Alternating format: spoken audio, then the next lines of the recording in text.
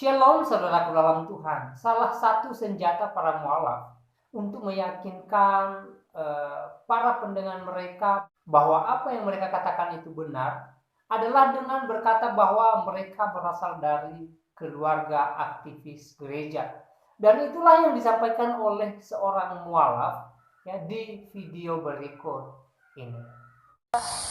Mulai tuh setiap ke gereja, saya suka ngeliat kan setiap gereja kan ada gambar Yesus tuh.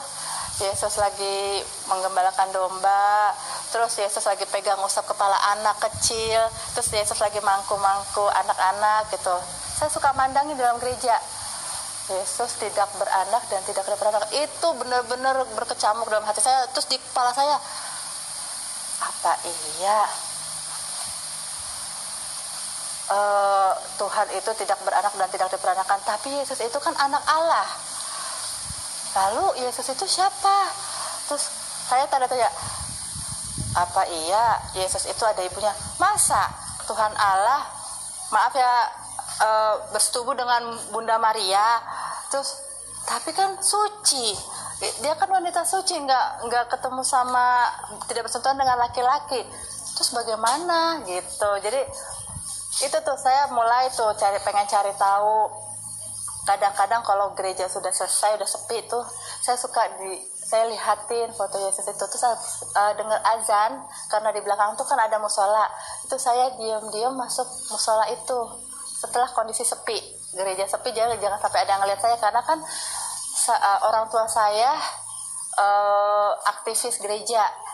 Kalau saya sampai ketahuan masuk musola di belakang gereja tempat saya dulu, pasti mau nggak mau kan akan ketahuan sama keluarga saya. Jadi saya masuk ke musola itu diam-diam, saya cari-cari buku mengenai Islam, tapi nggak saya nemuin kan, karena kan kebanyakan Yasin, terus Al-Quran yang kaligrafi saya belum paham itu. Akhirnya saya cari tahu lagi lewat Google, cari baca-baca aja, belum ada siapa orang yang mau saya tanya jawab waktu itu. Baik, saudara dalam Tuhan, itu videonya, dan kita sudah mendengarkan apa yang disampaikan oleh mualaf di video tadi. Beliau berkata bahwa dulunya dia seorang Kristen ya, dan orang tuanya aktivis gereja. Dan dia mualaf karena dia meragukan keilahian Yesus. Tidak mungkin Yesus itu sebagai Tuhan karena Yesus itu dilahirkan manusia, dan berbagai alasan yang dia sampaikan. Nah, saudara dalam Tuhan, lucunya ketika dia ragu dengan ayat Alkitab, dia bertanya bukan kepada pendeta, bukan kepada orang tuanya sebagai aktivis gereja, tetapi diam-diam datang ke musola katanya. Nah, saudara Tuhan, ini sungguh aneh dan alasan yang tidak masuk akal. Ya, dia kan seorang Kristen, ya pastinya dia punya seorang pendeta. Seharusnya dia bertanya bukan kepada ustadz, tetapi kepada pendeta. Ya, lalu kalau dia tidak mau bertanya kepada pendeta, mungkin dia malu, dia tidak pede, dia tidak percaya diri. Ya, bisa saja dia bertanya dengan orang tuanya sendiri, karena orang tuanya adalah aktivis gereja. Nah, saudara dalam Tuhan, ini sungguh aneh dan tidak masuk akal.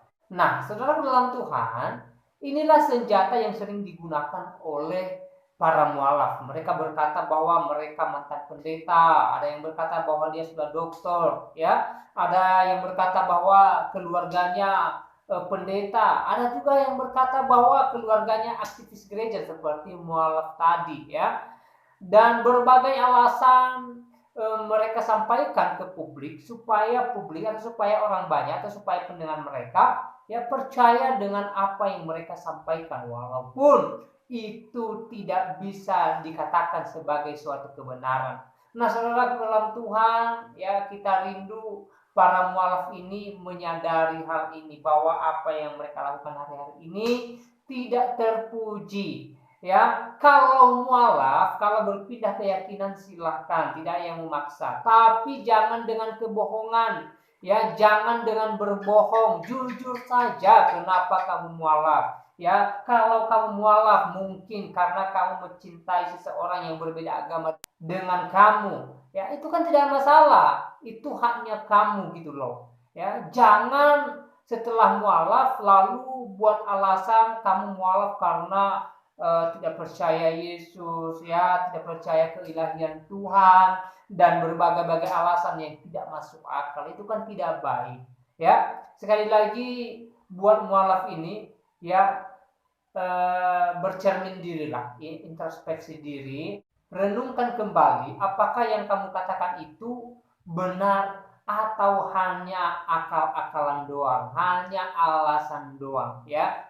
Saudara dalam Tuhan, sekali lagi saya katakan, jika kalian mualaf, jika kalian berpindah keyakinan, itu hak kalian, itu terserah kalian, tidak ada yang memaksa kalian ya. Kita di Indonesia ini punya kebebasan untuk memilih agama masing-masing. Tapi jangan setelah mualaf ya banyak alasan-alasan yang tidak masuk akal. Itu kan merugikan diri kalian sendiri ya. Orang sekarang tidak bodoh, orang sudah pada pintar semua. Bisa membedakan mana yang benar dan mana yang tidak benar.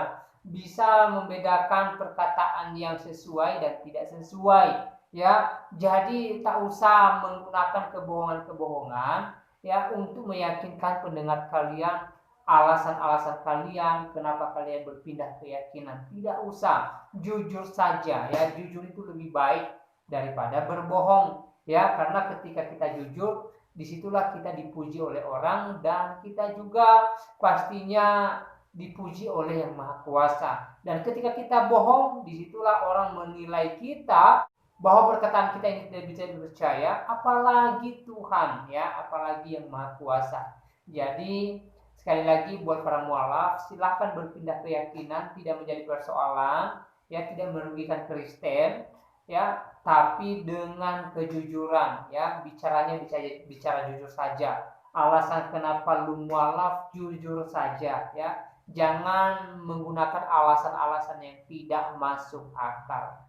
Nah, saudara dalam Tuhan, itu saja dari saya, dan selebihnya saudara bisa menilai sendiri apakah yang disampaikan oleh mualaf tadi benar atau tidak. Silahkan saudara tanggapi sendiri dan berikan komentar saudara di kolom komentar. Berikan komentar yang positif, yang baik, yang membangun, terutama yang memuliakan nama Tuhan.